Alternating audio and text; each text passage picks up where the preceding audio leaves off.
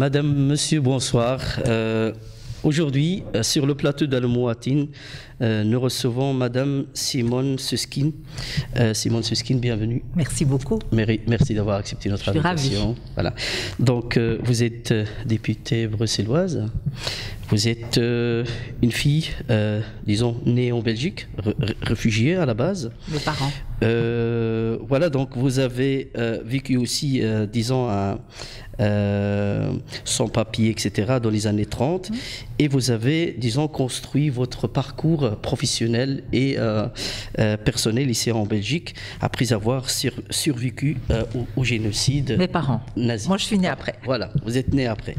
Et donc, la première question, est-ce que c'est la raison justement qui vous sensibilise à la personne sans papier, à la personne réfugiée? C'est une très bonne question. Oui. Mes parents ont tous les deux survécu par miracle au génocide pendant la Seconde Guerre mondiale. Et ils ont perdu quasi toute leur famille. Pour eux, le monde était dangereux et mauvais. Et le seul endroit, le seul lieu sûr, c'était la famille. Et je pense que je me suis construite pour leur montrer qu'on peut changer le monde. Je pensais, quand j'étais toute jeune, que je pouvais changer le monde. C'est une idéaliste à la base. Voilà. Et quand j'étais déjà toute petite, je voulais déjà faire ça. Et donc, j'ai appris qu'on ne peut pas changer le monde, mais qu'on peut faire des petites choses et mettre un grain de sable sur un grain de sable, un caillou sur un caillou. Et moi, par exemple, les problèmes des sans-papiers, c'est quelque chose qui m'interpelle. Les problèmes des réfugiés, c'est quelque chose qui m'interpelle énormément. Mes parents ont été des réfugiés. Je sais ce que ça veut dire. Moi, je ne l'ai pas été parce que je suis née après la guerre, mais je sais ce que ça veut dire. Je sais ce que ça veut dire chercher un endroit où on peut vivre quand on fuit le racisme, quand on fuit l'antisémitisme, quand on fuit la misère et qu'on arrive. Et je suis tellement interpellée par ce qui se passe ces dernières années, surtout après la guerre en Syrie. Pendant la guerre, elle n'est pas finie, cette guerre. Oui. Une autre question. Vous avez fait choisi le militantisme dans la politique. Pourquoi avez-vous choisi le Parti socialiste? Alors, parce que le Parti socialiste, pour moi, correspond le plus aux valeurs qui sont les miennes. Les problèmes de la justice sociale, les problèmes du respect des droits de l'homme, le problème de la lutte contre la pauvreté, toutes ces questions, elles sont reprises avec... C'est pas évident dans un parti politique de faire tout l'idéal non plus. On fait les choses, on est dans des coalitions, etc. Mais moi, j'ai été une militante et une activiste toute ma vie. J'ai été élue pour la première fois il y a presque 3 ans.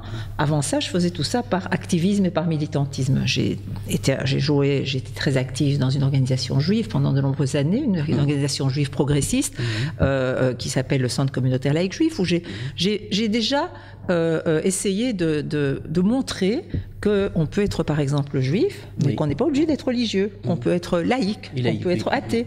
Et donc déjà à l'époque, quand j'y étais dans les années 80, je me suis dit, dans le fond, nous, on est une génération d'avance sur les immigrés d'origine marocaine, d'origine turque. Nos parents sont arrivés une génération plus tôt. C'est eux qui occupaient les lieux où sont maintenant les communautés d'origine marocaine, près des gares, dans les quartiers. Moi, je me souviens, à la rue du Brabant, etc. Donc, je pense que nous, on a beaucoup travaillé sur comment est-ce qu'on peut réfléchir et transmettre et construire une vie sociale, culturelle, active comme nouveaux venus, comme nouveaux immigrants.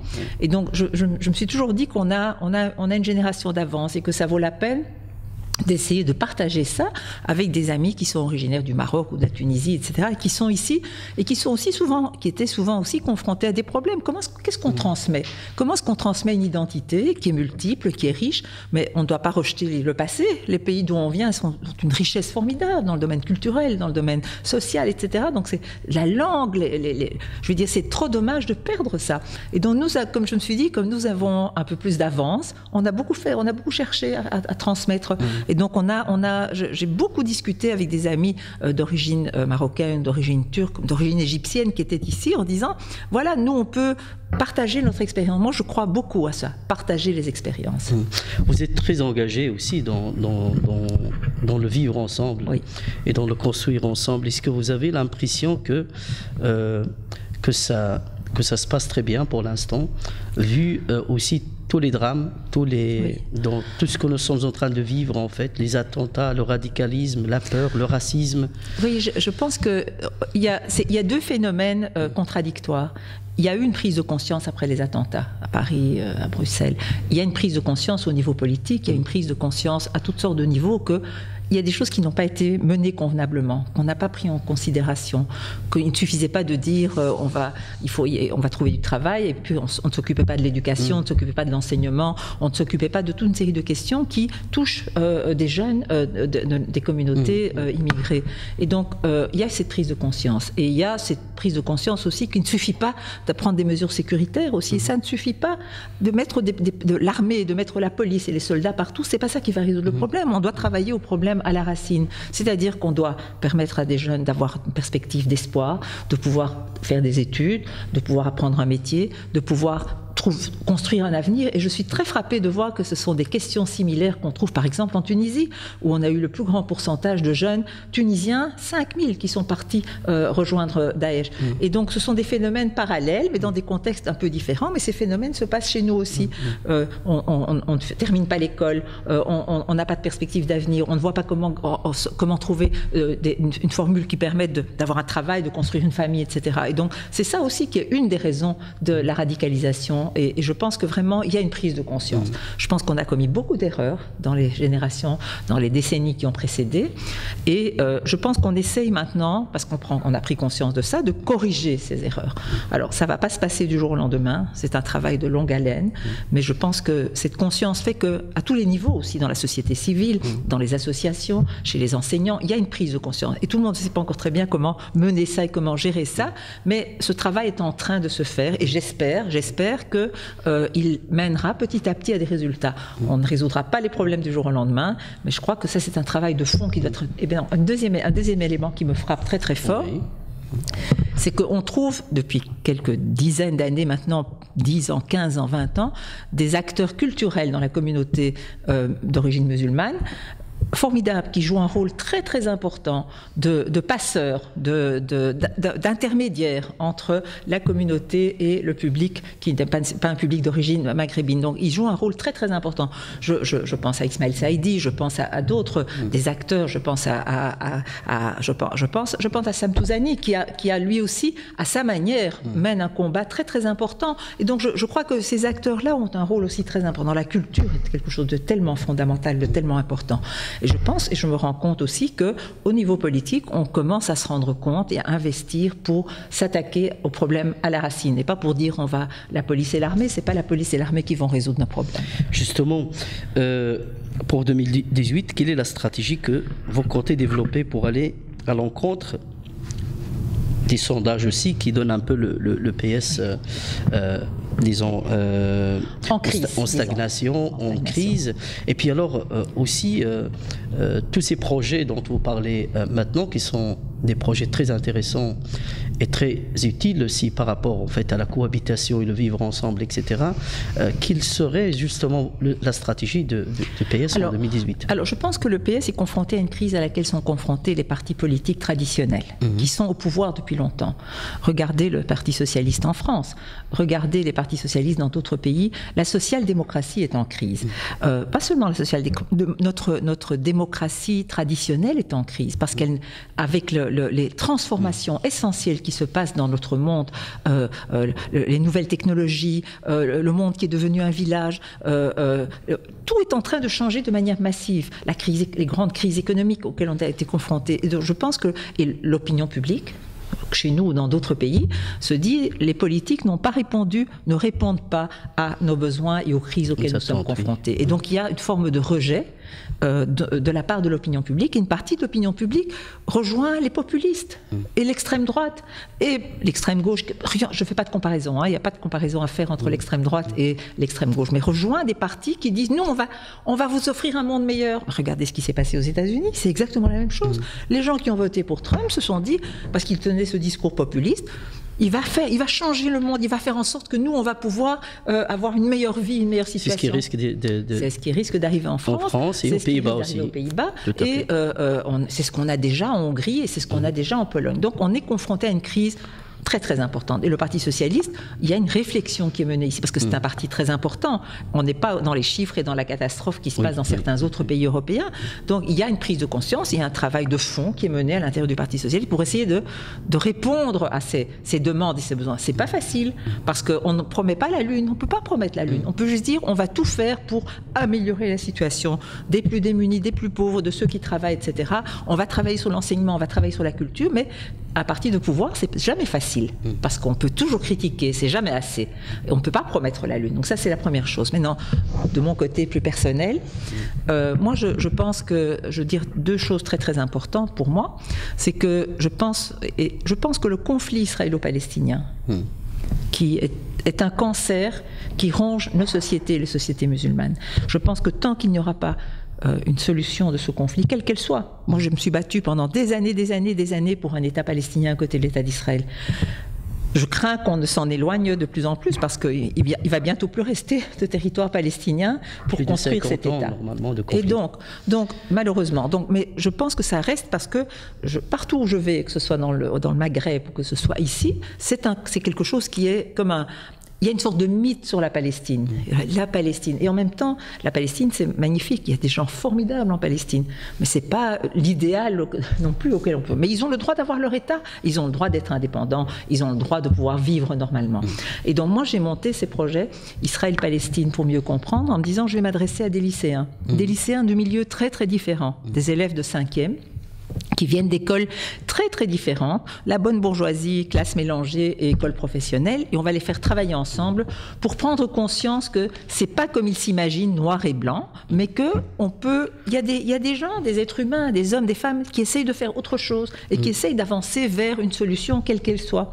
Et donc on travaille avec ces lycéens, une quarantaine de lycéens, cette année c'est 48, qui ne se seraient jamais rencontrés non plus, parce qu'ils viennent de milieux tellement différents. Et les lycéens de l'école de la bonne bourgeoisie, qui est près du Parlement européen, sont allés à l'école, à l'Institut des Arts et Métiers, et les élèves de l'Institut des Arts et Métiers sont allés à Dashbeek. Donc il y a vraiment on passe beaucoup de temps ensemble. On travaille sur les stéréotypes islamophobes, antisémites, sur les médias. On voit des films. On a un cours d'histoire, parce que personne ne connaît l'histoire du Moyen-Orient, donc on travaille sur l'histoire. Et puis on fait venir des témoignages d'Israël et de Palestine, de la société civile. Justement, ces gens qui essayent de faire autre chose. Et ils passent du temps avec ces élèves toujours ensemble. Et puis, on est parti la première fois en 2015, pendant une semaine, avec ces 40 élèves sur le terrain. Et on a, à la rencontre de jeunes en Palestine, de jeunes en Israël, de jeunes, et aussi voir évidemment le pays, et de comprendre aussi ce qui se passe en voyant la vie et les gens. On en a tiré un film, et ce film nous a servi d'outil de communication pour que ces 40 jeunes puissent circuler l'année suivante dans les écoles, présenter le film et débattre avec des jeunes. C'était pas toujours facile, mais ils sont revenus de cette expérience transformée. Et je vois la manière dont ils débattent avec les élèves, comment ils parlent de leur expérience. Moi, je suis impressionnée. Et je dis, ce sont devenus de vrais citoyens. Et comme je disais tout à l'heure, l'idée, c'est pas d'aller faire l'appel là-bas, c'est pas dans nos possibilités, mais c'est d'essayer, en se confrontant à ça, de construire un monde, une vie meilleure ensemble ici. Et ces jeunes gardent le contact et continuent. On l'a fait l'année dernière, avec de nouveau des jeunes de 3 écoles très différentes. On est parti 5 jours après les attentats de Bruxelles. Il n'y a pas une seule famille qui a renoncé. Et donc, on a fait un 2e film, et les jeunes, on les a formés pour être les ambassadeurs du projet. Et ils commencent à circuler dans les écoles maintenant. Et de nouveau, je suis impressionnée par la qualité de leur prise de conscience, la manière dont je dis, quand c'est des citoyens, moi je ne leur demande pas d'être pro-un ou pro-palestinien ou pro-israélien, moi je leur demande de pouvoir se faire eux-mêmes leur opinion et de ne pas attendre qu'elle leur vienne de Facebook ou d'Internet. Et donc, et on touche les familles aussi, évidemment, et les familles, on touche d'autres élèves, etc. Et donc, nous sommes dans une 3e mouture du projet, et nous avons maintenant, comment dirais-je, de nouveau 3 écoles très différentes, 48 élèves, on est en plein dans la préparation, et nous partons j'ai toute une équipe de bénévoles maintenant qui sont emballés, enthousiastes, et nous partons avec ces 48 élèves, 7 enseignants, toute une équipe, RTL, avec qui on a fait un accord, parce qu'on veut diffuser au maximum, évidemment, qui fait un reportage, un magazine sur tout le projet. Nous partons au début du mois d'avril pour une semaine. Je rentre d'ailleurs de là-bas parce que j'ai travaillé au programme que nous allons leur concocter. Très belle initiative. Pourquoi, à votre avis, on n'élargit pas en fait ce genre de contenu, d'activité, pour essayer d'avoir plus d'impact, en fait, surtout sur le changement, peut-être? Tout à fait. Alors, d'abord, ça coûte cher. Ça coûte très cher. Jusqu'à cette année, nous n'avons pas pris d'argent pour ne pas faire non plus de discrimination entre les plus riches et les plus pauvres, et pour essayer que tout le monde soit exactement égal dans la même situation. Alors, nous devons trouver une formule qui nous permette d'élargir. On va voir du côté néerlandophone, parce que là aussi, il y a un travail à faire, à Vilvoorde, à Anvers, etc. On espère pouvoir en faire un projet européen. On a commencé à prendre des contacts au niveau européen, pour avoir peut-être des jeunes français, qui ont les mêmes problèmes, des jeunes hollandais, des jeunes, pour essayer de monter quelque chose de plus large et élargir autant que possible. Et c'est pour ça qu'il est très important pour nous, parce qu'on ne peut pas emmener des milliers de jeunes sur le terrain, mais que ces jeunes puissent être reflétés et parler et raconter leur expérience. Oui. Après 50 ans justement de conflit entre Palestiniens et Israéliens, y a-t-il encore en fait un espoir de paix? Écoutez, je ne suis pas persuadée. Je vous assure, moi, j'étais toute jeune, depuis 68, que on a compris avec un petit groupe de jeunes juifs que si on voulait que l'État d'Israël ait un avenir dans la région, il fallait qu'il y ait un État palestinien à côté. Personne ne pensait à ça à l'époque. Donc, mais petit à petit, j'en arrive parce que c'est 50 ans depuis la guerre de 67, c'est 70 ans depuis la création de l'État d'Israël, et depuis le drame des réfugiés palestiniens aussi. Et donc, j'arrive petit à petit à mon grand regret, à la conclusion que je ne sais pas comment il est possible, avec l'avancement de la colonisation, d'avoir encore un État souverain, indépendant palestinien à côté d'Israël. Je ne sais pas comment on fait pour ramener 500 000 colons à l'intérieur d'Israël, qui vivent en Cisjordanie. Même si, quand on parle à la moyenne des Israéliens, ils disent qu'il faut un État palestinien, mais ils ne mettent jamais les pieds d'ailleurs en Cisjordanie. Donc, mais le problème, c'est qu'il y a un fait là, il faut trouver une formule. Alors, il y a une réflexion. Alors, une des options, ce serait une tragédie, je pense, ce serait un seul État. Parce que je ne vois pas comment c'est possible de le faire sans qu'il y ait une explosion de violence incroyable et qu'il y ait, si vous voulez, une systématisation de la situation actuelle, mais qui serait une situation d'apartheid, où vous auriez les maîtres qui seraient les Israéliens et les esclaves qui seraient les Palestiniens, il y aurait quelques bantoustans qui sont les grandes villes dont les Israéliens ne veulent pas. C'est une option qui me paraît dramatique et qui un jour, si c'est vers ça qu'on se dirige, mènera à ce qui s'est passé en Afrique du Sud. Une autre option, c'est que des gens commencent à réfléchir. Moi, je suis allée avec Paul Magnette l'année passée. Oui. Il y allait pour la première fois. Et je lui ai présenté des Palestiniens et des Israéliens qui sont arrivés à la même conclusion.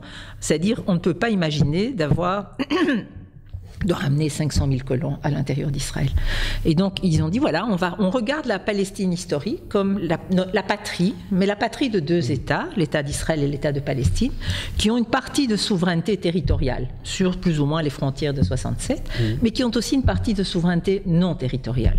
Ce qui veut dire que des colons qui voudraient rester dans l'État palestinien, ils seraient des résidents dans l'État palestinien, mais ils resteraient des citoyens israéliens. Que les Palestiniens qui sont en Israël et des Palestiniens qui rentreraient dans le cadre d'un accord de droit au retour d'un certain nombre dans l'État d'Israël, seraient des résidents dans l'État d'Israël, seraient des citoyens palestiniens avec une solution pour Jérusalem. Ce qui est intéressant dans cette réflexion, c'est qu'ils réfléchissent hors de ce contexte dans lequel on est complètement bloqué. Tout le monde parle deux États, mais plus personne ne voit comment on fera ces deux États. Et alors, avec Paul Magnette, nous avons convenu, et il a décidé d'inviter les animateurs de ce groupe, israéliens et palestiniens. Ils vont venir à Bruxelles au début du mois de mai et ils vont venir parler de la façon, de leur vision. Et ils sont intéressés par le modèle bruxellois, évidemment, parce que nous aussi, on a une partie de souveraineté long terme. Et donc, ils vont venir ici, ils vont passer quelques jours, ils vont rencontrer, on fait une soirée au Burg, ici à Bruxelles, pour la société civile. Ils seront au Parlement européen, ils seront au Parlement bruxellois, ils iront au Parlement wallon, on ne sait pas encore comment ça va se passer. Et ils vont rencontrer des acteurs, simplement pour parler, en disant, je ne suis pas sûr que c'est la solution du tout, mais au moins, c'est une réflexion originale qui sort de ce blocage dans lequel on se trouve. Vous n'êtes pas seulement active sur le plan de la Palestine et Israël, mais aussi sur le conflit, par exemple, des Kurdes en Turquie. Et vous avez pris, disons, des positions très importantes en demandant, par exemple, à l'Europe de prendre ses responsabilités contre les dérives d'Erdogan. Qu'ils seraient vos craintes par rapport en fait à ce problème. La guerre en Syrie a fait beaucoup bougé les lignes. C'est une guerre terrible qui a été menée au départ par un peuple qui, après 40 ans de dictature féroce, revendiquait la liberté au moment où tous les peuples arabes revendiquaient cette liberté. C'était très fort en Syrie, parce qu'il y avait vraiment cette aspiration à la liberté d'expression. Et cette révolution a été matée, et elle a été pas seulement matée, mais elle est devenue une guerre civile et une guerre religieuse en même temps, parce que le régime de Assad a utilisé les alaouites et les chrétiens et les minorités pour dire nous sommes vos défenseurs, les sunnites là ce sont nos ennemis et ils veulent nous massacrer. Et ils ont libéré en même temps tous les terroristes qui étaient dans leur prison pour pouvoir dire voyez les terroristes. Et pendant 3 ans ils ne les ont pas bombardés, il a bombardé son propre peuple. Et donc pourquoi je reviens à la guerre de Syrie? Parce que pour Erdogan a d'abord pris le parti des groupes plus islamistes à l'intérieur de la Syrie. Il a laissé passer les terroristes qui partaient rejoindre Daesh. Et il a commencé à s'inquiéter sérieusement parce que qui sont ceux qui se sont battus sur le terrain contre Daesh et puis en partie contre Assad? Ce sont les Kurdes, des Kurdes de Syrie, qui n'étaient pas des ennemis de Assad, mais qui ont très vite représenté une menace pour l'État turc, parce qu'ils sont à la frontière évidemment, et il y a de l'autre côté les Kurdes de Turquie. Et donc Erdogan a retourné sa veste en quelque sorte, parce qu'il ne voulait absolument pas qu'il y ait là-bas une zone indépendante. C'est une région très compliquée. Nous vivons maintenant ici, 100 ans après les accords de Sykes-Picot. Le monde de cette région est en flammes parce qu'on a coupé au cordeau les frontières entre les Anglais et les Français. Donc, alors, qu'est-ce qui se passe en Syrie?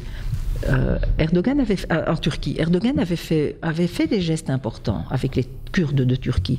Il avait commencé à négocier avec Öcalan et les Kurdes en disant on va trouver une solution. Et Öcalan avait appelé à un arrêt de toutes les violences de la part des Kurdes de Turquie. Et c'était le cas, on était dans cette situation. Et en parallèle s'était mis en place un parti en Turquie, qui était un parti kurdophone, mais qui ne réunissait pas que les Kurdes, mais qui était dirigé par un leadership ouvert et intelligent, qui avait dit nous sommes ouverts, nous avons un agenda qui est plus de démocratie, plus de liberté, etc. Et nous ne demandons pas l'indépendance, nous demandons des droits culturels à l'intérieur de la Turquie. Et ce parti, le HDP, a remporté en 2015 un nombre important de sièges aux élections. Ils ont fait 13% aux élections. Moi, je connais des Turcs progressistes qui ont voté, qui n'ont rien à voir avec les Kurdes, qui ont voté pour eux, parce que c'était se distancier, si vous voulez, de l'AKP, et se distancier du parti laïque traditionnel qui était figé dans son passé. Et alors Erdogan a pris peur. Et donc, il s'est dit, il faut absolument que je les limite, etc. Il a réorganisé très vite d'autres élections, parce que vous vous souvenez qu'il y a eu à Place Taksim des manifestations très importantes.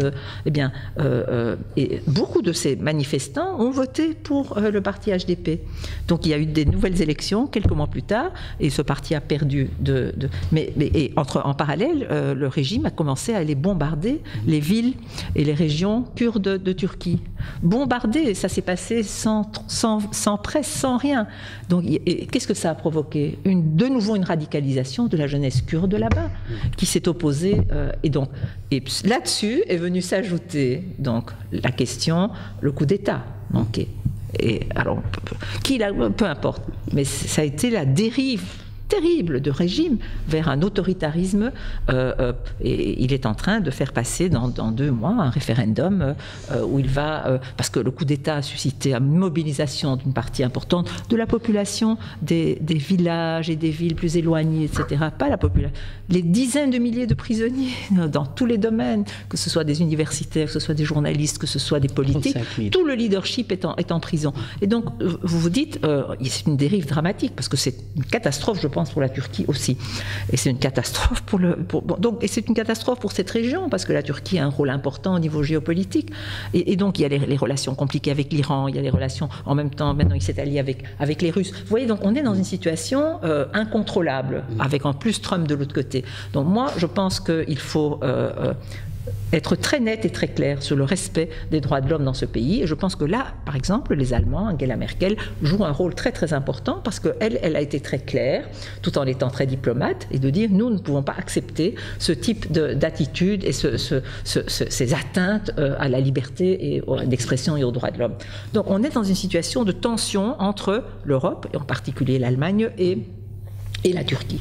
Un mot aussi, parce que aussi l'année dernière, quand il y a eu le centenaire du génocide arménien, le Parti socialiste m'a demandé, parce qu'on avait une grosse crise, on a des députés d'origine turque qui sont coincés parce que leur électorat... Avec Imerkir. Oui, Kir et d'autres, les trois qui sont dans notre Parlement aussi. Et c'était très compliqué. Et Laurette Onkelinx m'a demandé d'intervenir, de faire une médiation. C'est à peu près, c'était impossible parce qu'il n'y avait pas. Si, mais j'ai rencontré beaucoup d'acteurs de la communauté turque, kurde, turque, Alevi, etc., ici, y compris les Gulen. Et donc je me suis rendu compte que c'est beaucoup plus compliqué que ce qu'on pense, même si on entend surtout les pro-Erdogan, etc. Mais j'ai dit, ce que je pense qui est important, j'ai dit par rapport au génocide, les choses bougeaient déjà en Turquie. Il y avait des intellectuels importants qui prenaient position pour reconnaître que ça avait été un génocide. Et donc il fallait en quelque sorte, ici en Belgique, accompagner la communauté turque pour qu'elle sorte de son enfermement, parce qu'on écoute la radio, on voit la télévision en turc, on lit les journaux en turc, on parle la deuxième génération souvent ne parle pas bien le français, enfin il y a un problème aussi, et avec la manière dont le Diyanet, qui est le représentant de l'islam turc, monopolise et gère ici les relations. Donc je dis qu'il y a un travail à faire, donc ça n'a pas été tellement apprécié dans une partie de la communauté turque, mais en même temps je pense qu'il faut dire les choses telles qu'on les voit. Ce sont des citoyens belges avant d'être des citoyens turcs. Et il y a un travail important à faire dans cette communauté pour qu'il y ait une ouverture. On vit dans une démocratie ici. On doit aussi prendre conscience que on n'est pas sous l'autorité de l'AKP ou du régime présidentiel qu'on va avoir en Turquie, mais qu'on est ici en Belgique des citoyens libres. C'est pas facile, ça va prendre du temps, mais je pense que c'est un travail important. Okay. Vous avez aussi effectué plusieurs voyages récemment, et entre autres en Tunisie. Vous étiez en mission avec Rudy Demotte, ministre-président de la Fédération Wallonie-Bruxelles, dans le cadre de la coopération entre la Fédération Wallonie-Bruxelles et la Tunisie. Quel est votre diagnostic de la situation économique et sécuritaire après la révolution du Jasmin et les attentats terroristes? Alors moi j'ai eu, c'est toujours des opportunités de par mon engagement, etc. J'ai été très proche de toute l'ex-opposition en Tunisie à Ben Ali. Et donc j'ai vraiment essayé, modestement, de pouvoir faire prendre conscience ici en Belgique et au niveau de l'Union européenne que c'était une dictature. J'appelais ça une dictature primitive, et qu'il fallait en quelque sorte sensibiliser au niveau de l'opinion publique, des responsables politiques, et dire c'est pas seulement les belles plages où on va passer des vacances. Et donc puis est arrivée la révolution.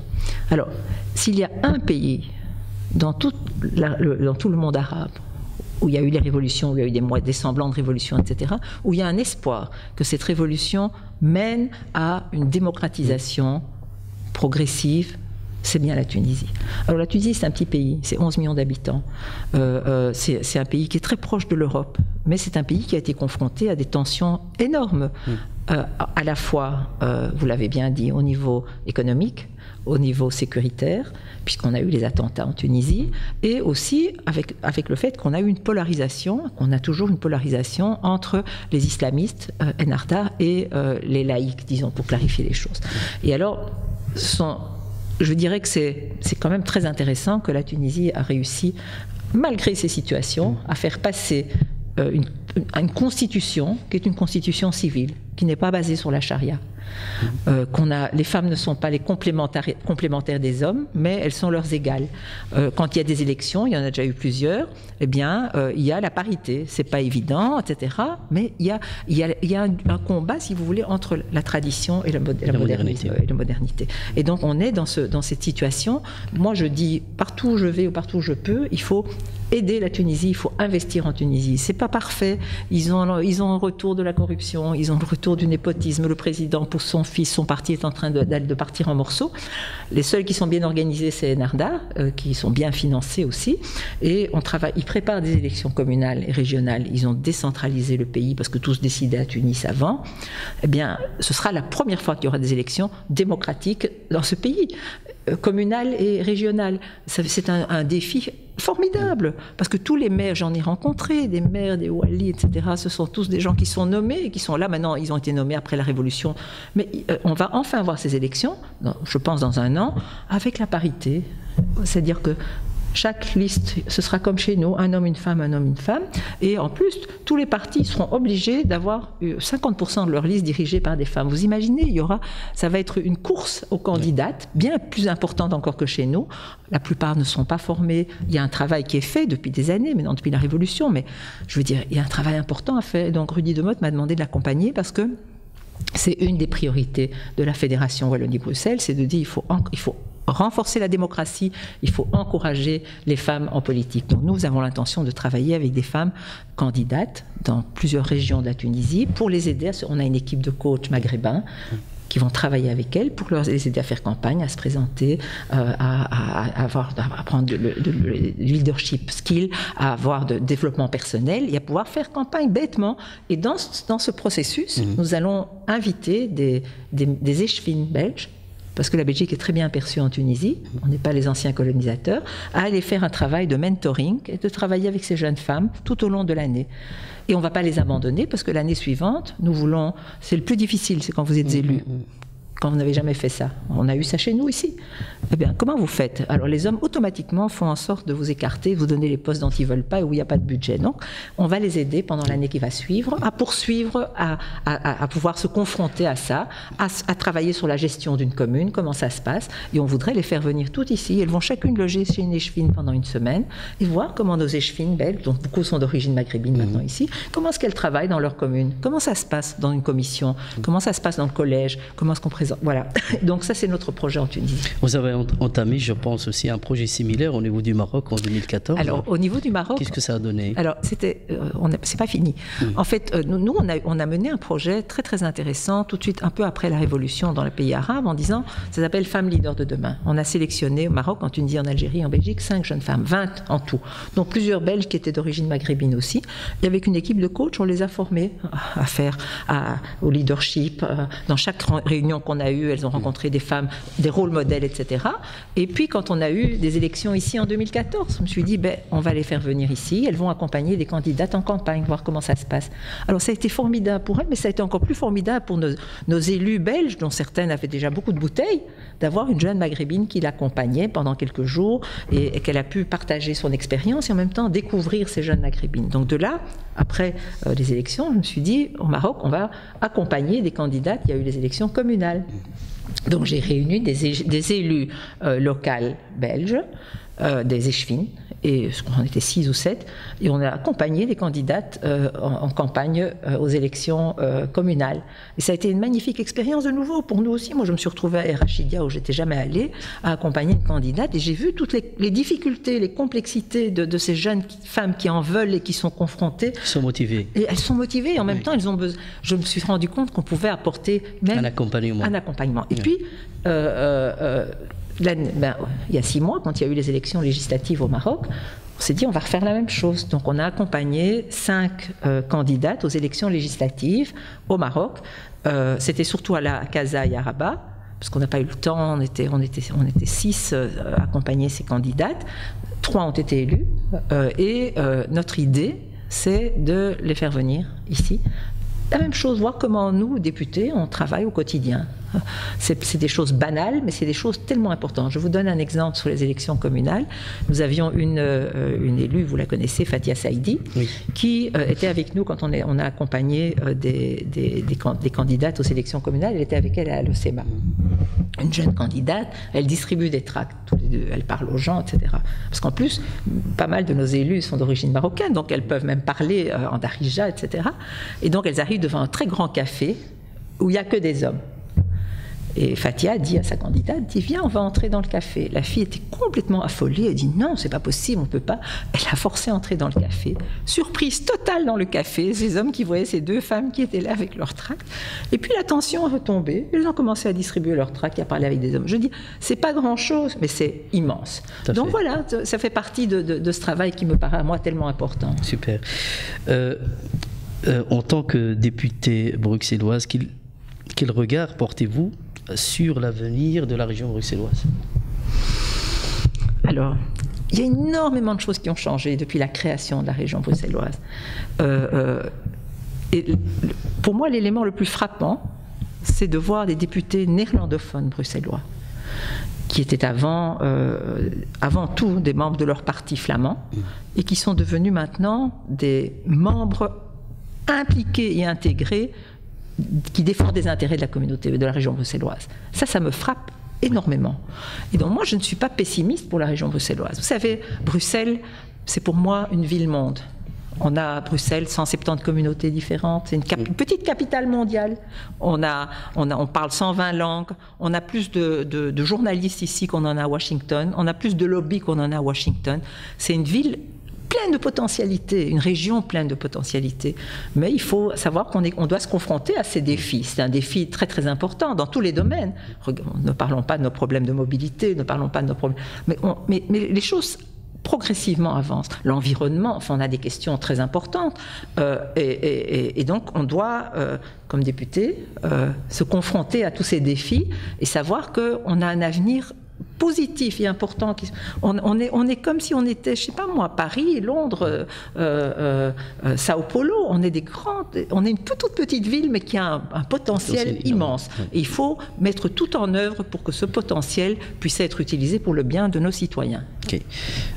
Selon vous, quelles seraient aujourd'hui les clés du vivre ensemble entre les communautés? Alors je vais vous dire, nous, on a déposé un projet dans le cadre de l'appel à projet de la région bruxelloise, de mon association. Quel est le projet? C'est de mettre sur pied un mouvement de jeunesse bruxellois interculturel. Pour sortir des scouts catholiques, des scouts juifs, des scouts musulmans, des scouts laïcs. Je veux dire, on a ici apprendre à se connaître, apprendre à faire des choses ensemble, découvrir les richesses des autres, partager les richesses des autres. Je pense que ça, c'est une des clés pour construire ce vivre ensemble. Je vous dis, j'ai vu tout à l'heure ces jeunes d'Anderlecht, dont j'étais sidérée, quoi. C'est magnifique, ce sont des leaders, ce sont déjà des leaders. Alors, un est encore étudiant, il étudie biologie médicale, je ne sais pas quoi, les deux autres sont à la STIP, conducteurs. Je dis, ça, ce sont des leaders, et ça, ce sont des leaders avec lesquels on doit travailler. Oui. Vous voyez, donc qui ont besoin parfois d'aide aussi, d'accompagnement. Oui. Pour Simone Susskind, quelles sont les questions auxquelles le gouvernement fédéral doit accorder plus d'importance et pour quelles raisons? Alors, l'immigration, moi je pense que il y a ici, on est confronté à un réel problème. On a un secrétaire d'État qui a pour objectif de fermer les portes de la Belgique, alors qu'il faut les ouvrir. On a besoin de cette immigration, on a besoin de ces réfugiés, on a besoin, parce que notre population vieillit, et on en a besoin économiquement. C'est un apport. Moi je suis toujours étonnée de voir à quel point les pays qui ont été ouverts à l'immigration se sont enrichis. Moi, je pense que notre pays peut s'enrichir en ouvrant les portes. Je pense que ce que fait la Suède, c'est difficile parce il y a à côté de ça les attentats, la violence, etc. Donc c'est difficile de convaincre, mais c'est possible de le faire. Et donc je pense que ça, c'est une question fondamentale. Je pense que que le fédéral doit être plus ouvert dans le dialogue avec les régions. On a un véritable problème au niveau du dialogue avec les régions. Il y a des problèmes. Le RER, on n'arrive pas à le construire. Il y a des politiques et des stratégies. Pourquoi est-ce que c'est tellement compliqué de circuler à Bruxelles? Donc, mais ça, c'est lié. Les aéroports, le bruit des avions autour d'eux. Parce qu'on a la région flamande et on a le fédéral qui sont là en train de regarder leurs petits intérêts, etc. et qui ne regardent pas l'intérêt collectif national. Okay. Quelle est votre conception de la laïcité en Belgique? D'accord. Alors, vous savez, comme je vous le disais, moi j'ai dirigé pendant plusieurs années, pas mal d'années, un centre laïque juif. Oui. C'était toujours très compliqué d'expliquer, parce que pour tout le monde, pour le public en général, même pour nos autorités politiques, les juifs c'est une religion. Alors, j'ai passé beaucoup de temps à essayer d'expliquer qu'on peut avoir une identité juive très forte, qu'on veut partager avec les autres, mais qu'on n'est pas obligé d'être ni croyant ni religieux. C'est deux choses séparées. Et c'est pour ça que je pense que, par exemple, la communauté musulmane, d'origine musulmane en Belgique, on trouve des gens qui sont laïcs, et parfois c'est pas toujours facile de l'annoncer et de l'affirmer, mais je veux dire, la religion, c'est quelque chose de privé. On a le droit d'être pratiquant, d'être plus pratiquant, d'être moins pratiquant. Mais la religion ne peut pas organiser et gérer notre vie en société. Je veux dire, on ne peut pas accepter, et ça se trouve dans toutes les religions, hein, chez les juifs, je veux dire, le divorce, c'est un homme qui donne le divorce, hein, chez les religieux, il répudie sa femme, hein, c'est comme chez les musulmans. Donc on a des tendances dans les religions à essayer de garder un pouvoir sur la vie sociale et communautaire, etc. Les choses bougent progressivement. Regardez au Maroc, la réforme du code de la famille. Je veux dire, il y a des choses, ça prend du temps, c'est compliqué, mais il faut faire changer les choses dans la tête des gens. Regardez les drames qu'il y a eu avec ces jeunes filles, ces adolescentes qui ont été violées. Et alors, la solution, c'est que le violeur épouse la fille qui a été violée. On a eu cette jeune fille qui s'est suicidée, etc. Donc, on change les lois progressivement, mais il ne suffit pas de changer les lois. On doit changer dans la tête et les mentalités. Ça, c'est un travail qu'on doit mener. Simone Susskind, pour conclure notre agréable entretien, je vous propose de compléter ces quelques phrases. Aujourd'hui, l'homme avec un grand H devrait être une femme aussi. Pour vous, Dieu est les valeurs de l'humanité. Quand on y met les valeurs de l'humanité, alors on peut croire en Dieu. Être une femme politique aujourd'hui, c'est se battre avec les hommes pour faire une meilleure société ensemble. Et la Belgique de demain sera? La Belgique de demain sera peut-être une partie d'une Europe sans frontières. Simone Susskind, députée bruxelloise, merci d'avoir accepté notre invitation. Merci. Madame, Monsieur, c'est ici que se termine notre entretien et à la prochaine fois. Merci.